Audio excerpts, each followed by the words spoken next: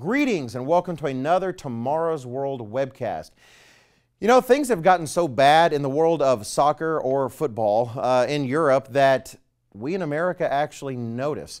We're not always known for our global mindedness in the United States. I'm admitting to that stereotype in that case. But the riots that are going on in relationship to these games are just terrible. They just seem like the prisons have been let loose and people are just running through the streets doing crazy things. There were tons of articles I could have pulled from to talk about some of this behavior that we've seen in past days and weeks. I just grabbed this one from the Telegraph, thought it was pretty good. Actually, an article published June 13th online by the Telegraph titled Euro 2016. UEFA threatens to disqualify England and Russia amid German and Ukraine violence in Lille.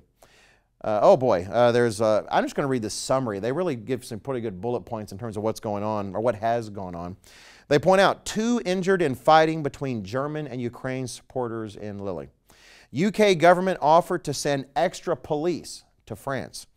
UEFA threatened to expel Russia and England if there is further violence. Russian and English fans clash in Marseille. FE condemns ugly scenes.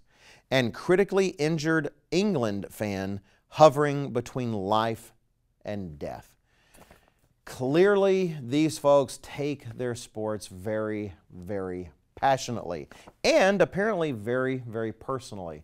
Now, why do I bring this up? You want to say, it's just sports. What difference does it really make? You know, just a bunch of crazy people.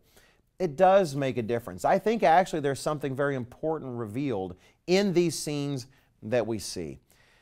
It's this: we tend to think that we're better than all of this. You know, sometimes we'll see these scenes on television and think, we're better than all these guys, all these hooligans, all these crazy people. Look at them, what a bunch of crazies.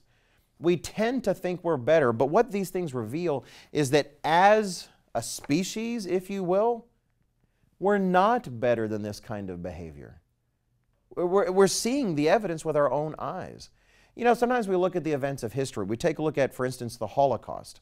Or more recently, we look at this attack in the Orlando nightclub. We look at the attacks in Paris. We look at Tiananmen Square in China and think, well, those are either distant past items, which no one can call the Orlando attack a distant past item, but you know, that was World War II or that was supposedly kind of ancient times. We've grown past that. But then we see current events and think, well, maybe not everyone has grown past that, but those are isolated incidents, part of isolated cultures.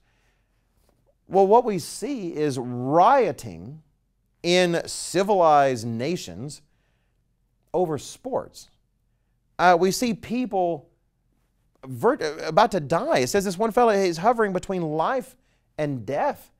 We see serious violence. We see the desire to harm another human being because of a sporting event. There's no vast ideology at stake. We're not freeing slaves. We're not doing some great cause in the world. It's a sporting event. And I'm not saying this to look down on all of those people. I'm trying to say that I have to be wary and you have to be wary, my dear viewer, that is there anything of them that is actually a reflection of us? Because we all have the same lungs and the same flesh. We're part of the same species. We're part of the same level of creation that God has made of us. From the beginning, you go back to Adam and Eve when Cain killed Abel, it illustrated that our species is capable of terrible violence for no good cause. What hope is there? We talk about growing into a better world, and then we see things like this and think, well, there's our better world. What is the hope for mankind? What can we find in a test tube? Or what kind of pill can we create? Or what kind of song can we all sing that will somehow rid humanity of such impulses as we see on display concerning these soccer games or football games for our European friends? Nothing, frankly. The solution is not in us.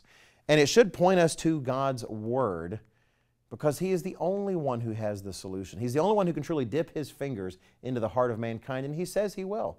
In Hebrews chapter 8 and verse 10, He says He will take His laws and write them on our hearts and write them on our minds. And when I see these hooligans and I see these activities going on, I know it causes me to pray that much more. Please bring your kingdom quickly, because we don't need it in a book. We need the words from that book placed into our heart, because that is the only real hope for change. Thanks for watching, and please check out everything we have available at tomorrowsworld.org.